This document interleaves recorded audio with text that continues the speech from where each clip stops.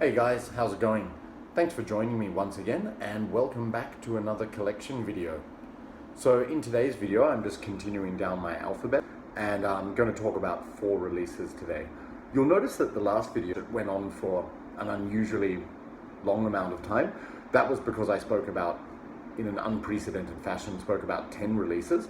The reason I did that was because 9 out of those 10 releases were what could be loosely categorized as quite well-known hard rock or heavy metal, and where possible I'm going to try and make these videos theme-based instead of just routinely going through the alphabet. Sometimes it's not possible, but in that case 9 of those 10 releases, with the exception of one black metal album, they were all hard rock and heavy metal. So I think, especially because some people have particular tastes or certain things they want to see, it's good to categorize videos and make them cohesive where possible. So that's what I was going for there. Anyway, so if you stuck with me through that, I appreciate it because it was a long video.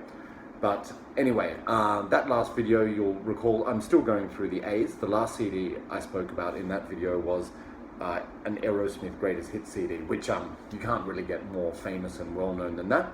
So for those who prefer to see more underground material, that's what we're returning to today. So without further ado, I'll just get straight into it. All right, so the first CD I'm going to talk about today I have here is Agatus with The Weaving Fates. For those who don't know, Agatus is a melodic Greek black metal band, and the way I found out about this band was when I was living in Sydney and shopping at a famous record shop there called Red Eye.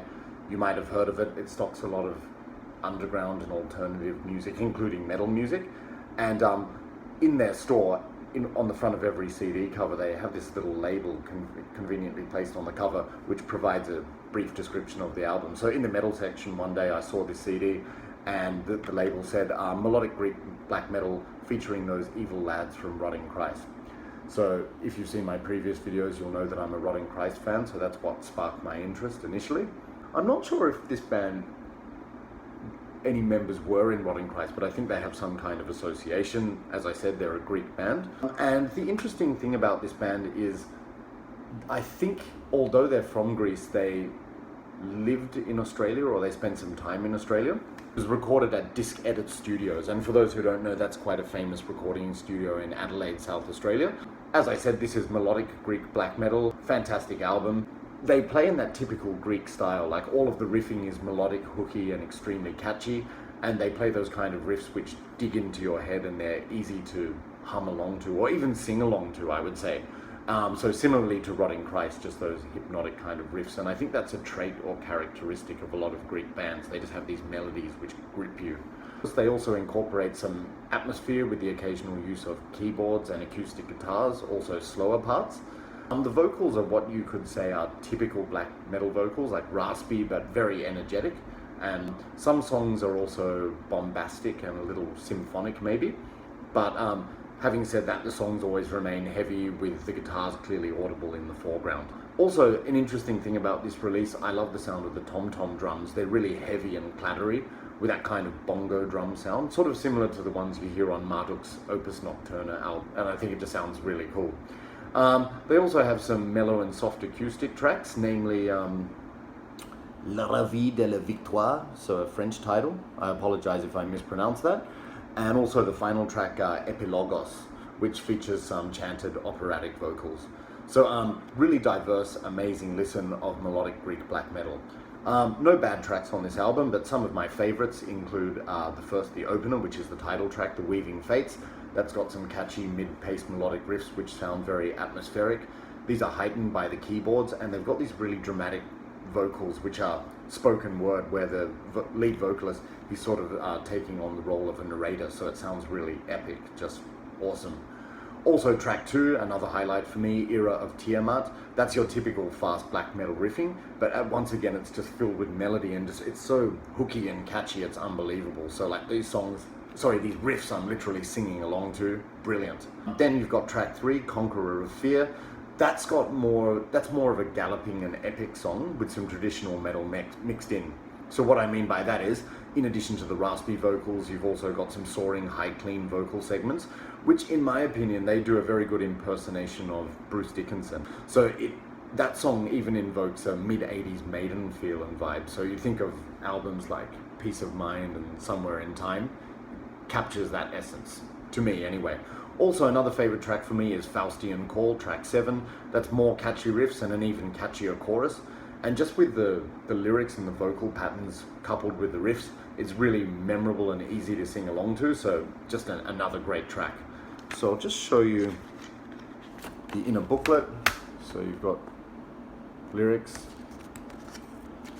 and pictures of members of the band. So the 2 core members, Esgarth and Vorsgarth, as well as additional notes, more lyrics, and there you go. So pretty cool logo too.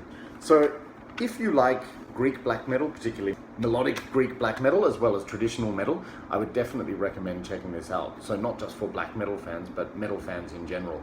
Brilliant band, brilliant album, Agatus with the Weaving Fates. All right. Up next, moving on to something completely different genre, I have Aghast with Hexerae in Zwielicht der Finsternis. So you've probably gathered from the title that this is a German band or a German project, and it's actually not metal. The way I found out about this band was back in the late 90s, in my late teens, when I ordered a lot of stuff through Relapse Records. They had this mail order catalog and just a really extensive list of stuff. You know, they stock all types of genres, including metal, industrial, noise, grindcore, ambient, and so on. And in the ambient industrial section, I saw a description of this band, and they said it was described as the wives of Emperor and Darkthrone doing dark ambient occult. And I thought that sounds really interesting. For those who know me, I'm a huge fan of both Darkthrone and Emperor, black metal in general. So when I heard that, and I do like some dark ambient as well, so when I heard it was the wives of members of Emperor doing a project like this, that sounded really interesting, so I decided to check it out, and was certainly not disappointed. So just show you the inner sleeve here. That translates to The Witches, Nacht und Nebel, Night and Fog, are JS and AMH. So I believe AMH, just show you the disc here. Yep, AMH, I believe that's Andrea Meyer, who was, I think, married to Samoth from Emperor, and she also did a cameo guest vocal appearance on Cradle of Filth's Principle of Evil Made Flesh album. The title track, she did the spoken word part. And the other woman in this project, I believe she was at one time married to Fenris from Darkthrone, but that's what I've heard anyway.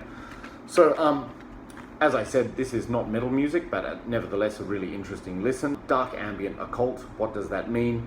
The way I'd describe this album, it's synths with a lot of effects, distortion, echoing sounds, and reverb.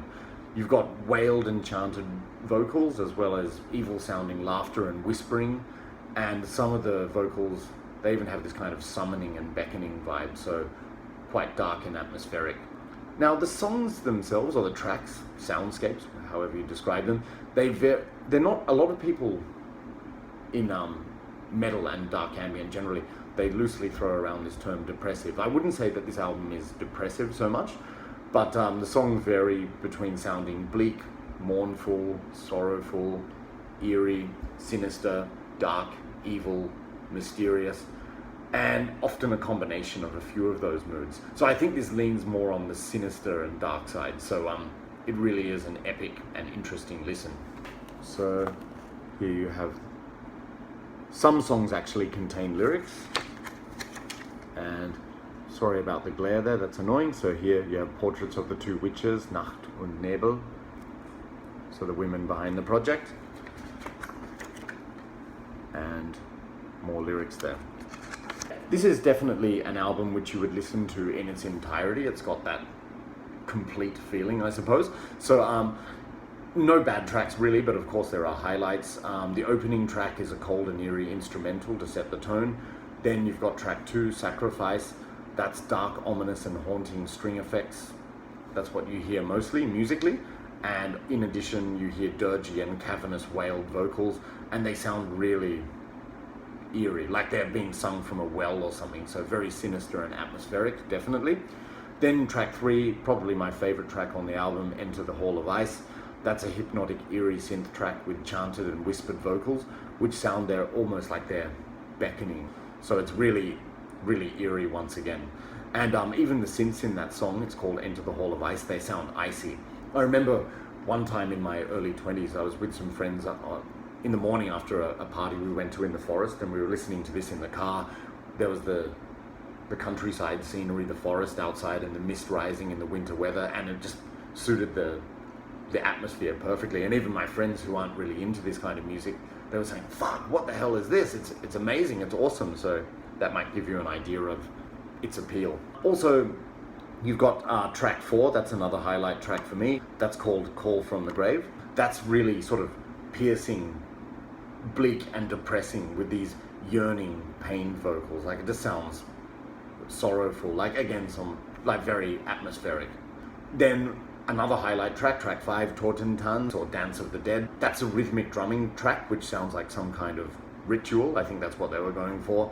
And the vocals in the background consist of echoing laughter, wails and shrieks over this really sort of sinister, evil sounding drumming. So definitely another standout. So again, no bad tracks. Like, you look on, what else have they got here? The Darkest Desire, Das Irrlicht, like all of it's brilliant. Like this, it's hard to aptly describe what this sounds like. So you have to give it a listen, but as I said, just very dark, atmospheric, sinister. So I've heard some people describe it as paranormal, like it's like nothing else I've ever heard. So really interesting listen. If you like dark ambient and dark atmospheres, I recommend checking this out. So that's Agatus with Hexerae im Zwielicht der Finsternis. By the way, translating that title into English, it means witchery or sorcery in the twilight of darkness. Next release, coming back to some black metal now, we have a Finnish band.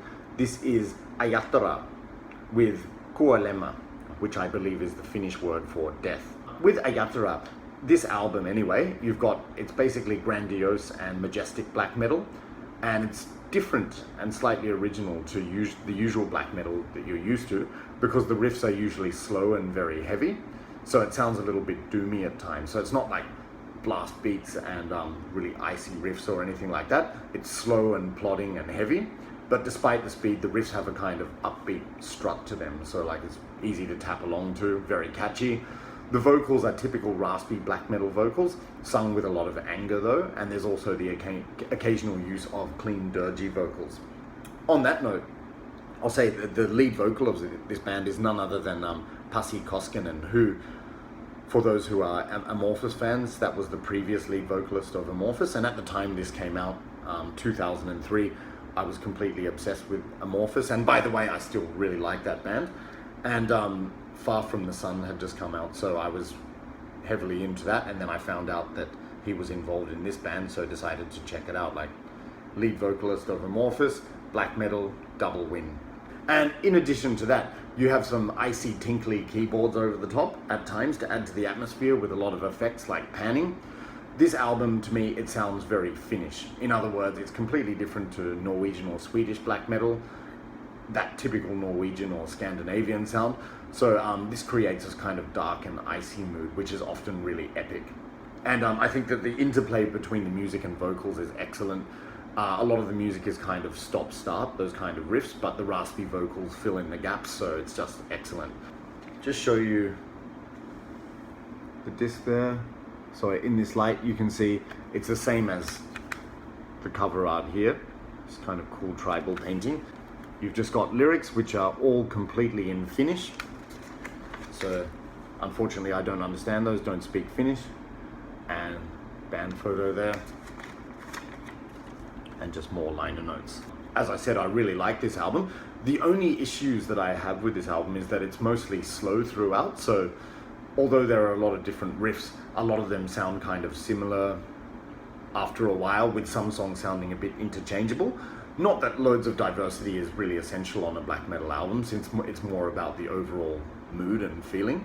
So in that sense, I think the album flows very well. So looking at individual tracks, there are really no bad tracks on this album, but some of my favorites, the first track, Antaka Ella, that sets the tone perfectly with this heavy, slow riff, which is just sinister and mean sounding. Then my absolute favorite track on the album, Haureos, I hope I'm pronouncing that correctly. That's Finnish for adultery or fornication. that's got this catchy, haunting, groovy riff with panning keyboards in the background, and the chorus main riff just intensifies that with this plodding mood, the way the drums kick in. So the overall feeling is very dark and haunting, so that's just excellent. Haurios, my favorite track on the album. Then you've got track 5, another highlight for me, that's Ikiosa. That's a nasty stop-start heavy riff, accompanied by impassioned vocals, as well as some melodic slow breakdowns and dreamy sounding keyboards. The chorus is also powerful and atmospheric, featuring clean vocals. And those clean vocals are sort of in the vein of Amorphous or even Ulva or Enslaved, that kind of stuff. So very sort of Viking, doomy kind of atmosphere, which is great. So that's also awesome. Then you've also got another track, Cielun Sakija.